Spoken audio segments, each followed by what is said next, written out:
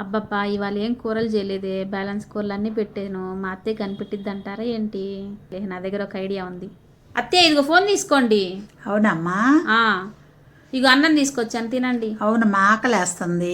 తినండి. అయ్యో కరెంట్ పోయినట్టుంది కదా. అబ్బా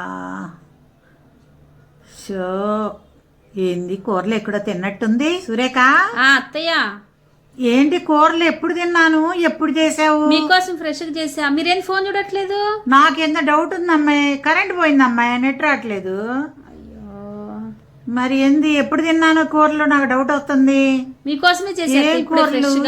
నెట్ వచ్చింది. ఏంది ఫ్రెష్ అమ్మాయి? నెట్ వచ్చింది. అవునా, ఓకే ఓకే ఓకే. కరెంట్ పోతే నాకేం దోస్తుంది అమ్మాయి. కూర బాగుందా అత్తయ్య? బాగుందమ్మా, బాగుంది. నువ్వు పని చేసుకోపో.